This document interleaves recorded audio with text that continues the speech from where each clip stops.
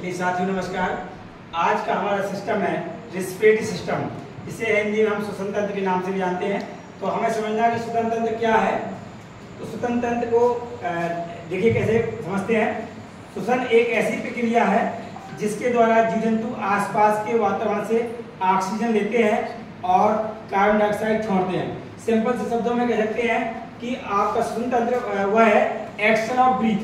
Action of breath, श्वास लेना और श्वास छोड़ने की प्रक्रिया को हम श्वसन कहते हैं। एक्शन ऑफ ब्रीथ, श्वास ले रहे हैं तो श्वास लेते समय आपका O2 लेते हैं और श्वास छोड़ते समय कार्बन डाइऑक्साइड मतलब CO2 छोड़ते हैं। सिंपल सा है एक्शन ऑफ ब्रीथ। सिंपल शब्दों और समझने के लिए देखेंगे आगे। कार्बोहाइड्रेट और वसा जैसे ईंधन तत्वों से निकलने वाली ऊर्जा को भी श्वसन कहते हैं, क्योंकि हम कोई भी चीज खाते हैं और उस समय हमारे बॉडी में सिस्टम मेटाबॉलिज्म में एक्टिविटी होती है, तो उस समय भी आपका CO2 का उत्पादन होता है। इसको भी हम श्वसन के नाम से भी जानते हैं। आपको बस याद रखना है कि action of breath, action of श्वास लेना और श्वास छोड़ने की प्रक्रिया को श्वसन कहते हैं। श्वास लेते हैं तो आपका O2 लेते हैं और जब श्वास छोड़ते हैं तो CO2 छोड़ते हैं। नेक्स्ट, अब श्वसन नेक्स्ट करो।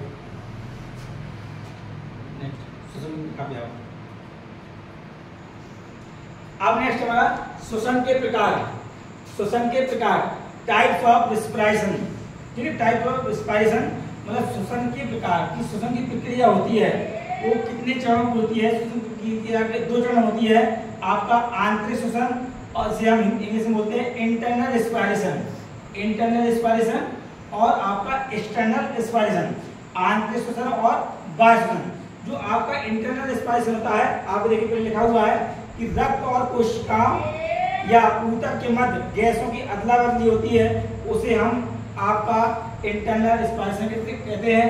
इसको हम टिश्यू रेस्पिरेशन के नाम से भी जानते हैं। कहने का तात्पर्य है कि जो आपका इंटरनल रेस्पिरेशन है उसमें आपका ब्लड और आपका टिश्यू के मध्य, ब्लड और टिश्यू के मध्य आपकी गैसों की अदला बदली होती है।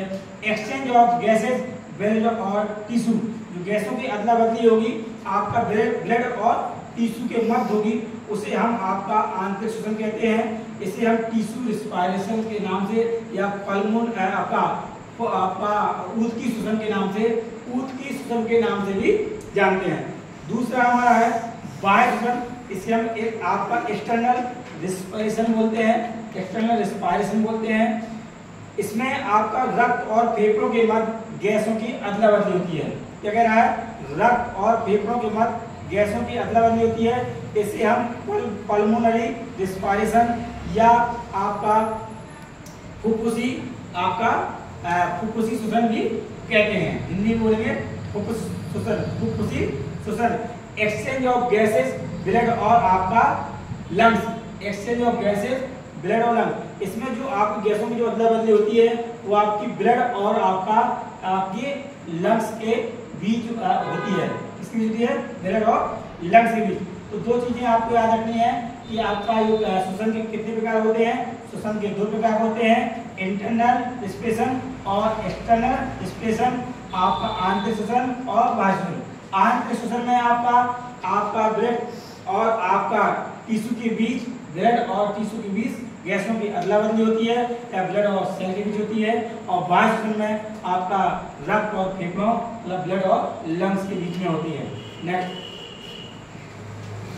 अब हमारा है श्वसन तंत्र के कार्य, फंक्शन ऑफ आपका रेस्पिरेशन सिस्टम। आपके श्वसन तंत्र के कौन कौन से कार्य हैं तो आप इसमें देखिए। आपका है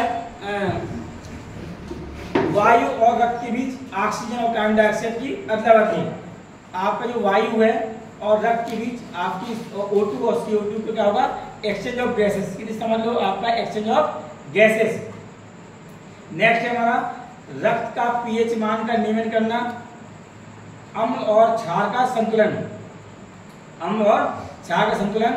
नंबर 3 पे है आपका ध्वनि उत्पन्न करना। आपका यहाँ से आपकी ध्वनि उत्पन्न होती है। नेक्स्ट है आपका स्मेल का पता लगाने में भी सहयोग करता है हमारा। आपके जो श्वसन तंत्र कार्य में है आपकी स्मेल का भी पता करता है। फिर आपका नेक्स्ट है कुछ सूक्ष्म जीवों से बचाव करता है। जैसे आप श्वास लेते हैं तो श्वास लेते समय आपके जो बैक्टीरिया वगैरह हुआ या कोई डस्ट पार्टिकल हुआ तो उनको रोकने का कार्य भी हमारा श्वसन करता है। तो आपको 5 पॉइंट दिख रहे हैं आपको। वायु और रक्त के बीच ऑक्सीजन और कार्बन डाइऑक्साइड की अदला बदली, exchange of gases CO2 and O2, ठीक है। फिर आपका रेगुलेशन ऑफ आपका पीएच, रेगुलेशन ऑफ पीएच, और फिर आपका साउंड उत्पन्न करना, फिर आपका स्मेल का पता लगाना, और कुछ आपके बैक्टीरिया को आपको बचाने का भी, बैक्टीरिया को आप श्वास में लेते हैं तो उसको बैक्टीरिया को बचाने का काम भी करता है। ये आपके इसके कार्य थे, आपके श्वसन तंत्र के कार्य, ठीक है। नेक्स्ट अब है आपका है organ of respiratory system. Organ of respiratory system जो आपके श्वसन तंत्र के अंग हैं वो देखिए कौन कौन से हैं। ये भी आपका कभी कभी पूछ देता है कि following the sequence of organ of respiratory system, मतलब हमारे जो श्वसन तंत्र के जो आपके अंग हैं उन्हें एक निश्चित क्रम में व्यवस्थित करिए। तो आपको पता होना चाहिए, सबसे पहले हमारा ऊपर से आपका नोज, फिर आपका फेरेंक्स, फिर है आपका लेरेंक्स, फिर आपका ट्रैकिया, फिर आपका ब्रोंची, फिर आपका ब्रोंची से ब्रोंचियोल और एल्वियोलाई। इसके दो सीक्वेंस समझिए आप। पहले आपको ले नोज, नोज से आपका फेरेंक्स, फेरेंक्स से लेरेंक्स, फिर ट्रैकिया, ट्रैकिया से ब्रोंची, ब्रोंची से ब्रोंचियोल, फिर एल्वियोलाई। एक सीक्वेंस तो आपका ये हो गया। दूसरा सीक्वेंस ये कर सकते हैं नोज, नोज से आपका फेरेंक्स, फेरेंक्स से लेरेंक्स, लेरेंक्स से ट्रैकिया, ट्रैकिया के बाद सीधे आपका लंग्स आएगा, क्योंकि लंग्स के अंदर ही हमारा ब्रोंची है, ब्रोंचियोल है और आपका एल्वियोलाई है। तो हमें ये पहले सीक्वेंस होना चाहिए। अब नेक्स्ट पढ़ेंगे कि देखिए इसमें बताया गया है कि आपका इसको रेस्पिरेटरी सिस्टम के जो ऑर्गन्स हैं उनको दो भागों में बांटा गया है, अपर रेस्पिरेटरी ट्रैक्ट और लोअर रेस्पिरेटरी ट्रैक्ट। अपर में आपका नोजल कैविटी है, फेरेंक्स और लेरेंक्स है, और आपका लोअर में है ट्रैकिया और प्राइमरी ब्रोंची और आपका लंग्स है, ठीक है। तो आपको सीक्वेंस बताओगे नोज, फेरेंक्स, लेरेंक्स, ट्रैकिया और आपका ब्रोंची और ब्रोंचियोल और एल्वियोलाई। या कह सकते हैं नोज, फेरेंक्स, लेरेंक्स, ट्रैकिया और लंग्स। आपकी जो फेरेंक्स है उसकी लंबाई होती है, जो गला है सिर्फ हिंदी में किस्मिका कहते हैं, उसकी 13 सेंटीमीटर है। लेरेंक्स को हम वॉइस बॉक्स कहते हैं और श्वास नली ट्रैकिया को हम विंडपाइप कहते हैं, जिसकी लंबाई हमारी 12 सेंटीमीटर होती है। नेक्स्ट, अब जो हमारे सिस्टम, जो हमारे रेस्पिरेटरी सिस्टम के पार्ट थे उनके कार देख लीजिए। नोज, नोज क्या करती है देखिए, नोज के कार, नाक के कार, नाक अंदर जाने वाली हवा को गर्म करता है। नंबर 2, हवा को साफ करता है तथा आर्द्र बनाता है।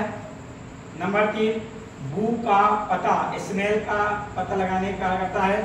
जो नाक के अंदर जाने वाली हवा को भी गर्म करता है और साफ करता है। जो बैक्टीरिया या डस्ट पार्टिकल है उनको भी आपका नाक रोकने का काम करता है, और साथ नाक के अंदर हल्का सा मॉइस्चर रहता है जिससे हमारी मॉइस्चर और डस्ट पार्टिकल को रोकती है। और तीसरा है स्मेल का पता लगाना, मतलब जो आपकी सुगंध और बदबू का पता लगाने का भी काम करता है। नेक्स्ट है फेरेंक्स है आपका गला, गला है आपका। देखिए फेरेंक्स या गला एक मांसपेशी से बनी नलिका होती है जो नथने नॉस्ट्रिल के अंदर से लेरेंक्स तक होती है। इसको देखना है, क्वेश्चन बनता है कि आपका जो फेरेंक्स है कहाँ से कहाँ तक होता है, तो नोज से लेके आपका लेरेंक्स तक होता है, नोज से लेके लेरेंक्स तक होता है। इसकी लंबाई आपकी 13 सेंटीमीटर होती है। फेरेंक्स का निचला हिस्सा आपका क्या है, आपका लेरेंक्स है, और ऊपरी वाला हिस्सा क्या है, नोज है, ठीक है। फेरेंक्स हवा को आगे बढ़ाता है, इसका सिर्फ यही काम है कि हवा को पास आउट करना है, क्या करना है, आगे बढ़ा देता है। नेक्स्ट फिर अगला है आपका लेरेंक्स के लेरेंक्स। अब लेरेंक्स में देखिए, लेरेंक्स में क्या है आपको, लेरेंक्स मीन्स गला है हमारा। इसमें हम आपका ध्वनि यंत्र, ये क्या है, ध्वनि यंत्र है, एक कार्टिलेज का बना होता है, ठीक है। इसका मुख्य कार्य है आपका भोजन और द्रव को रास्ते से दूर रखता है, परंतु आवाज निकालने का अतिरिक्त काम भी करता है। इसका जो मुख्य कार्य है आपका कि जो हमारा भोजन है और आपका जो लिक्विड फॉर्म में रहता है, सॉलिड फॉर्म में रहता है, उसको आपको आपके ट्रैकिया के रास्ते से दूर रखता है, ट्रैकिया में नहीं जाने देता है। ठीक है, ये आवाज निकालने का काम भी करता है, ठीक है। इसका मुख्य प्रवेश द्वार ग्लोटिस पर ऊतकों का एक समूह होता है जिसे हम एपिग्लोटिस कहते हैं। इसका मुख्य प्रवेश द्वार ग्लोटिस पर ऊतकों का एक समूह है। कहाँ है? ग्लोटिस ऊतकों का एक समूह है जिसे हम एपिग्लोटिस कहते हैं, ठीक है। एपिग्लोटिस के माध्यम से ही आपका ईसोफेगस या भोजन पाइप में आपकी पेट चला जाता है और ट्रैकिया में आपका भोजन पदार्थ नहीं जाने देता है, ठीक है। इसे हम वॉइस बॉक्स के नाम से भी जानते हैं, ठीक है। फिर नेक्स्ट है आपका एपिग्लोटिस भोजन और पेय पदार्थ को भोजन नली या ईसोफेगस या ग्रास नली की तरफ भेज देता है। भोजन एवं पेय पदार्थ को हवा जाने के रास्ते से दूर रखता है, ठीक है। आपको याद रखना है कि जो आपका लेरेंस है या एपिग्लोटिस है उसका मेन जो काम है कि आपके ट्रैकिया में आपका लिक्विड या ठोस पदार्थ ना जाने देना, ठीक है। नेक्स्ट है, अब इसको आप चित्र में देखिए, आप देख सकते हैं कि आपका जो भोज्य पदार्थ है वो आपका ट्रैकिया में नहीं जाने देता है। जो आपका एपिग्लोटिस है ऊतकों का जो समूह है वो आपका उस ट्रैकिया के ढक्कन को क्लोज कर लेता है जिससे हमारा भोज्य पदार्थ आपका ईसोफेगस ग्रास नली में या फूड पाइप में चला जाता है। आप देख सकते हैं, देख रहे हैं आप लोग।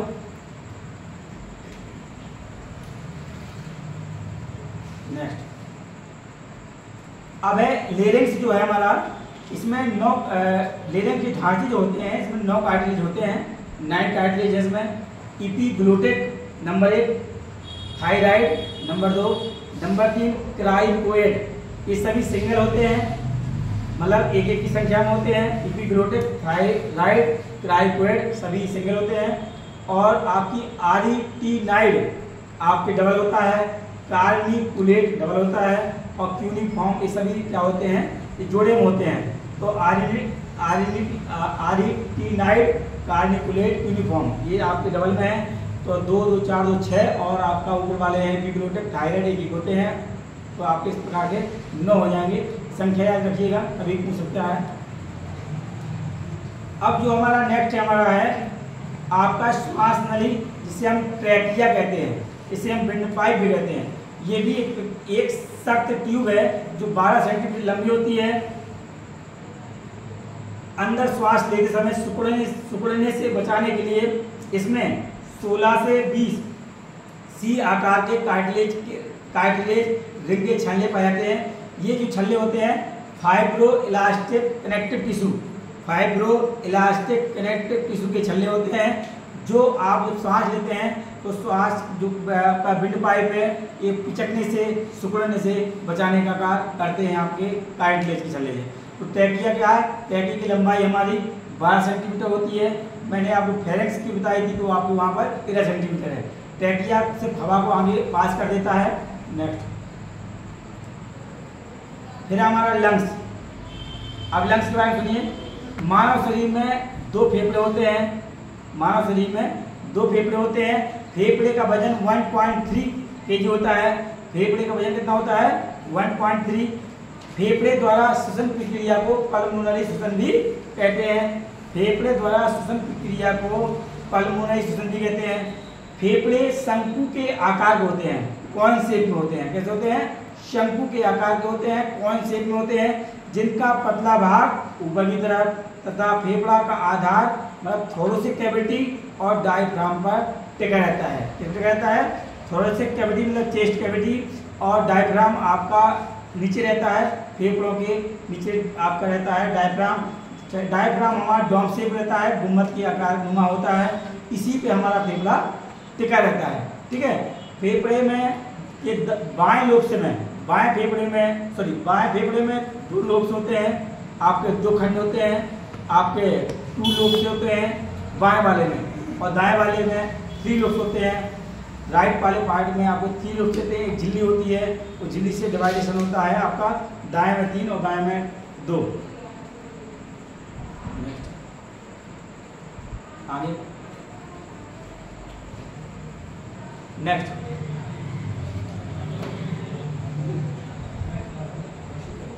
अच्छा एल्वियोलाई। देखिए एल्वियोलाई मैंने बताया था शुरुआत में आपको कि जो आपका नोज, फेरिंक्स, लेरिंक्स आपका ट्रैकिया, ट्रैकिया डिवाइड टू आपका ब्रोंची, ब्रोंची डिवाइड टू ब्रोंचियोल, ब्रोंचियोल से आपका एल्वुलर डक्ट, फिर एल्वुलर डक्ट से आपका एल्वियोलाई। बात समझिए, आपका जो है trachea, trachea divide primary bronchi से आपका आपका आपका आपका हो जाएगा माध्यमिक ब्रोंची, और माध्यमिक ब्रोंची से आपका हो जाएंगी ब्रोंची, ब्रोंचियोल से ब्रोंची और हो जाएंगी, ब्रोंची और होगी आपकी, तो फिर आपका एल्वुलर डक्ट, एल्वुलर से एल्वियोलाई।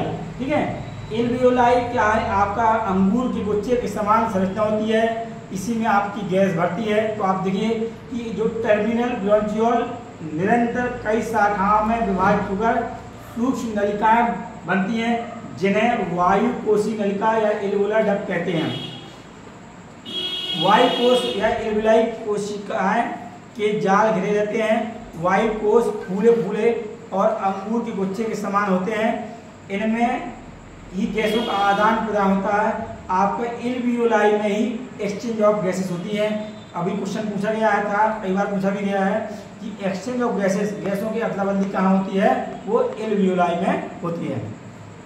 तो आप देख रहे हैं, पिक्चर में देख रहे हैं, तस्वीर में देख रहे हैं, इसके पल्मोनरी एल्वुलाई आपको बना हुआ है, अंगूर के गुच्छे के समान बना हुआ है, इसमें एल्वुलर डक्ट बना हुआ है, और एल्वियोलाई को एयर सैकस भी कहते हैं, जहाँ पर गैसों की अदला बदली होती है। नेक्स्ट कुछ इम्पोर्टेंट पॉइंट हैं कि 100 ml शुद्ध रुधिर में आपका 20 ml ऑक्सीजन को संवहन करने की क्षमता होती है। जब 100 ml आपका रुधिर कैरी कर रहे हैं आप, उसमें सिर्फ आपका 20 ml ऑक्सीजन रहेगी, और आपका 100 ml शुद्ध रुधिर में 15 ग्राम हीमोग्लोबिन होता है। और नेक्स्ट पॉइंट है इसमें 1 मिनट में समान अवस्था में व्यक्ति 14 से या 12 से 20 बार, एवरेज में 16 बार आपका श्वास लेता है 1 मिनट में। आपका 12 से 20 या एवरेज में 14 से 20 भी कह सकते हैं, या सिंपल से कह सकते हैं 16 बार श्वास लेता है।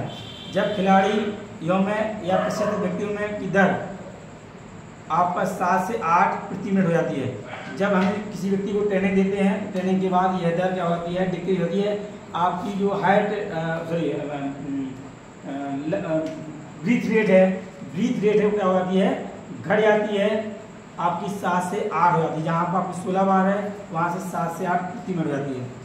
कह सकते हैं एक पॉइंट और है आपका, श्वास के द्वारा 400 ml पानी प्रतिवाष्प में करके, इसको दिन में करिए आपको कि आपको 400 ml एक दिन में, 400 ml एक दिन में वाष्प के द्वारा पानी बाहर निकलता है। इतना हम पानी पीते हैं, आपका वाष्प के द्वारा, श्वास के द्वारा हमारा 400 ml पानी निकल जाता है। जैसे मल के द्वारा 200 ml निकलता है, और पसीने के द्वारा आपका 900 ml निकलता है। हमको याद रखना है, अभी हम आगे से बताएंगे, आपको यहाँ पर से रखना है कि श्वास के द्वारा 400 ml पानी बाहर निकलता है। अब हमारा है एक्सचेंज ऑफ गैसेज, इसको ध्यान से देखिए। एक्सचेंज ऑफ गैसेज, गैसों का नियमन कैसे होता है, गैसों का डिफ्यूजन कैसे होता है, गैसों का मिश्रण कैसे होता है। देखिए इसमें लिखा हुआ है कि फेफड़ों में ऑक्सीजन तथा कार्बन डाइऑक्साइड गैसों का विनिमय उनके दाब के अंतर के कारण होता है। मतलब जो दाब होता है पार्सली, आपका पार्सली प्रेशर होता है, इसमें पार्सली प्रेशर होता है, उनके दाब जो प्रेशर होता है उनके अंतर का होता है कूपिकाओं की वायु, मतलब जो एल्वियोलर एयर, जो आपकी एल्वियोलाई में जो आपकी एयर होती है, उसमें ऑक्सीजन का दाब आपका 100 mmHg होता है, जबकि सिरा पेशिका के रुधिर में ऑक्सीजन दाब आपका 37 mmHg से 40 mmHg होता है।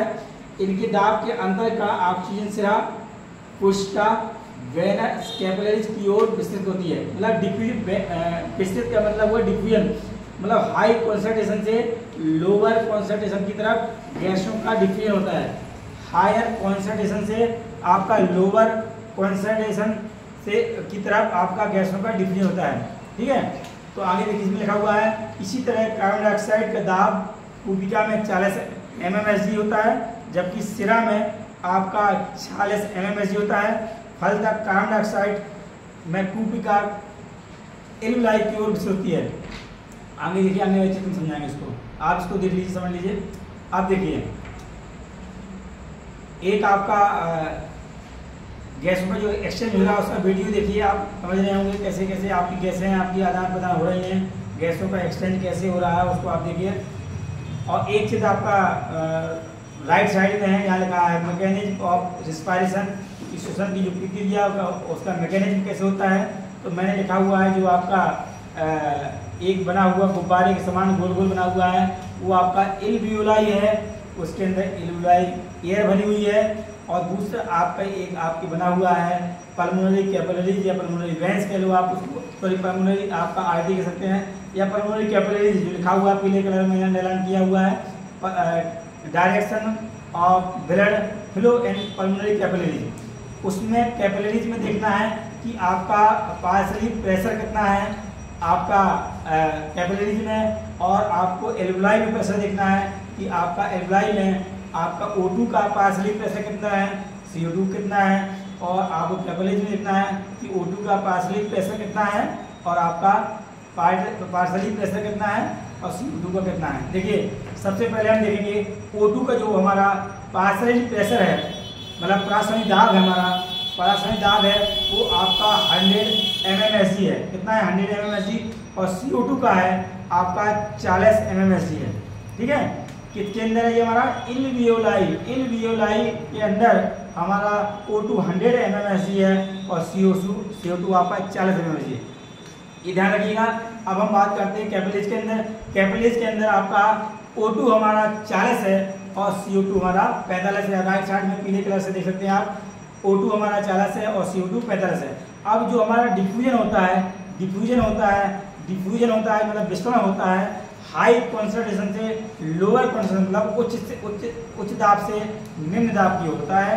तो आप देख सकते हैं एल्वियोलाई के अंदर आपका O2 आपका 100 mmSg है और कैपिलरीज के हमारे अंदर आपका 40 mmSg है। तो आपका एल्वियोलाई से आपका कैपिलरीज की तरफ आपका O2 आएगा, कैपिलरीज की तरफ O2 आएगा। ठीक है, क्योंकि ऊपर 100 है और नीचे आपका 40 है, तो हाई से लोअर की तरफ आपका गैस का वाहन होगा। ठीक है, डिफ्यूजन होगा। फिर उसी तरह हमारा आपका जो CO2 है वो आपका 45 है यहाँ पर आपका कैपिलरीज में, और एल्वियोलाई में आपका 40 है, तो आपको 45 ज़्यादा है और 40 कम है, तो इसका डिफ्यूजन होगा आपका ऊपर की ओर होगा। CO2 आपका क्या होगी, आपकी ऊपर जाएगी। और क्लियर हुआ पॉइंट। अब इसमें देखिए आप समझने की बात है, जो आपका जो O2 है आपका 100 है और जो एल्वियोलाई में हमारा O2 है वो 40 है, तो 100 से 40 की तरफ हमारा O2 आया। तो आप राइट साइड में राइट के पहले उसको लेफ्ट देखिए जहाँ मैंने मार्क नहीं किया हुआ है, O2 हमारा 100 है और CO2 हमारा कितना आ गया 40 आ गया। ठीक है, और जो आपका उसके अंदर जा रहा है आपका जब जो हमारी कैपिलरीज है, कैपिलरीज से हमारा क्या हो रहा है, आपकी जो डीऑक्सीजनेटेड ब्लड है, डीऑक्सीजनेटेड ब्लड है वो आपका कहाँ जा रहा है, एल्वियोलाई के अंदर जा रहा है। फिर वो लंग्स में जाएगा, लंग्स से क्या होगा आपका बाहर निकल जाएगा। और जो हमारा शुद्ध होके आया हुआ है लंग्स से आपका आया हुआ है, अब वो जाएगा हमारा कैपिलरी में जाएगा।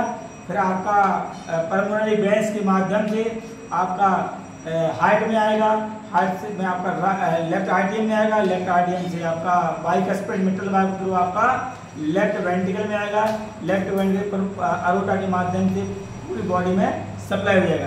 तो आप समझ गए होंगे कि आपका जो 100 है और यहाँ आपका O2 आपका 40 है, तो 100 से 40 तरफ होगा। और हमारा इसमें एल्वियोलाई में CO2 हमारा 40 है और कैपिलरीज में हमारा 45 है, तो 45 से 40 तरफ जाएगा। तो इस तरह ऊपर जाएगा, वो हमारा लंग्स के माध्यम से बाहर निकल जा रहा है। जो नीचे आ रहा है वो हमारे फिर आपके फिर हार्ट में आ रहा है, इसी पल्मोनरी वेंस के थ्रू हार्ट में आ रहा है, हार्ट से आपका फिर पूरी बॉडी में अरोटा के माध्यम से सफाई कर दे रहा है। ये चक्र हमारा चलता रहता है। नेक्स्ट कुछ महत्वपूर्ण तथ्य देख लीजिए कि जो हमारी गैसें थी, जो मेन गैसें हैं देख लीजिए, अंदर ली गई हुई वायु में गैस इनहेलेशन मतलब इंस्पायरेशन और बाहर निकाली हुई गैस का परसेंटेज मतलब एक्सहेलेशन या ठीक है बाहर निकाली हुई गैस, एक्सहेलेशन और इनहेलेशन। इनहेलेशन मतलब गैस सांस लेना मतलब प्राश्वसन, और और बाहर निकालने को निःश्वसन बोलते हैं। बाहर निकाली हुई वायु को बोलते हैं निःश्वसन और अंदर ली हुई वायु को बोलते हैं प्राश्वसन। इस प्राश्वसन को बोलते हैं इंस्पायरेशन या इनहेलेशन। इसको बोलते हैं बाहर निकाली को एक्सपायरेशन या एक्सहेलेशन। ठीक है, तो देखिए आपका इनहेलेशन में है, अंदर ली हुई वायु में है नाइट्रोजन 78%, ऑक्सीजन 21%, कार्बन डाइऑक्साइड 0.04% और जल वाष्प तथा अन्य गैसों की अल्प मात्रा में पाई जाती है। याद रखना है नाइट्रोजन 78, ऑक्सीजन 21, कार्बन डाइऑक्साइड मतलब CO2 0.04%। बाहर निकाली हुई में अब आइए बाहर निकाली एक्सहेलेशन में आपका नाइट्रोजन 78 मतलब आपकी नाइट्रोजन कांस्टेंट है, सेम स्थिति में है। ऑक्सीजन आपकी 16% हो गई। ऑक्सीजन क्या हो गई 16%, क्योंकि कंज्यूम हो जाती है, जब अंदर जाती है तो आपके विभिन्न प्रकार की मेटाबॉलिक एक्टिविटी होती है, तो ऑक्सीजन का कंजप्शन भी होता है, ऑक्सीजन की खपत होती है, तो उसके बदले में आपकी CO2 बढ़ जाएगी। कार्बन डाइऑक्साइड का बढ़ जाता है 4% या 4.5% और आपका जलवाष्प अन्य गैसें अल्प मात्रा में पाई जाती हैं। नेक्स्ट, बहुत बहुत धन्यवाद।